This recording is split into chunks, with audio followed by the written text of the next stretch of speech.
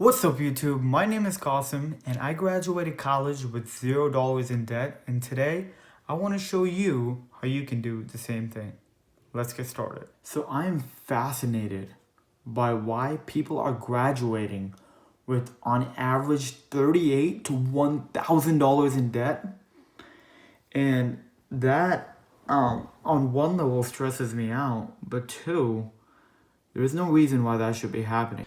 So today I want to show you a strategic game plan on how anyone who lives in the US can get an undergraduate degree with little to no debt.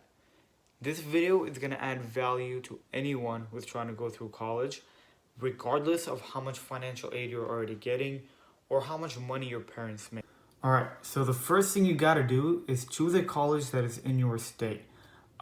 This is very, very important because if you choose to go to a college that is not currently in the state you're living in, you're going to pay 4 times the tuition.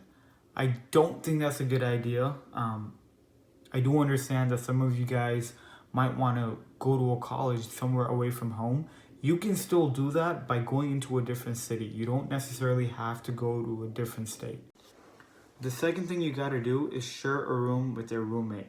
Now, a lot of you listening are going to say something like, I don't like living with other people, or I just need my own space. No, you don't. At this point in your life, you don't need to be fancy. If you want to get out of college with very little debt, you have to do this. Sharing a room will cut down your rent in half.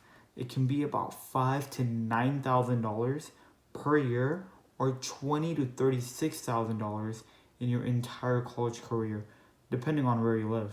All right, on to the third thing, and arguably the most important. You gotta work your ass off. Here's what I mean. You're gonna have to work 25 hours a week alongside school and about 60 plus hours during winter and summer breaks. And here's why. On average, in-state college tuition costs about $10,500 a year. And if you work 60 plus hours during those breaks, that'll be $10,800 for that year. That's enough for tuition and books combined. The other thing, the 25 hours a week that you're going to be working alongside homework, that's about $600 a month, assuming that you're making $10 an hour after taxes. That's enough for rent and food in most states. The way I was able to do this successfully in the city of Austin is I got a full-time job and a part-time one, and I was able to balance those each other out to make sure I'm achieving the number of hours that I need to work. Now, finally, the last tip I have is to be frugal. What do I mean by frugal? Is to do more with less. Now, there's a lot of ways to do this. Some of the most important ones that I've found to be very valuable is cooking and not buying dumb shit.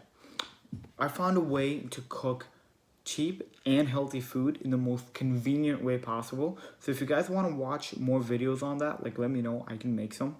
And the other thing is buying dumb shit. You don't need to impress your friends with the fancy apartment or the fancy shoes that I have on. This is a time to embrace the frugality and get through college with the minimum amount of debt possible. Last thing I want to say is college can be a very tough time financially, and I simply can't put all the hacks that I know of in this one simple YouTube video. So in the comments below, tell me what you guys want to hear about. I'm going to try to upload content every week. And thank you guys for listening. If this provided any value to you at all, I hope this inspired some of you to not take college loans and see that as your only option, because there is a lot of other ways to get through school and put yourself through education without having the system fuck you over. So comment, like, and subscribe.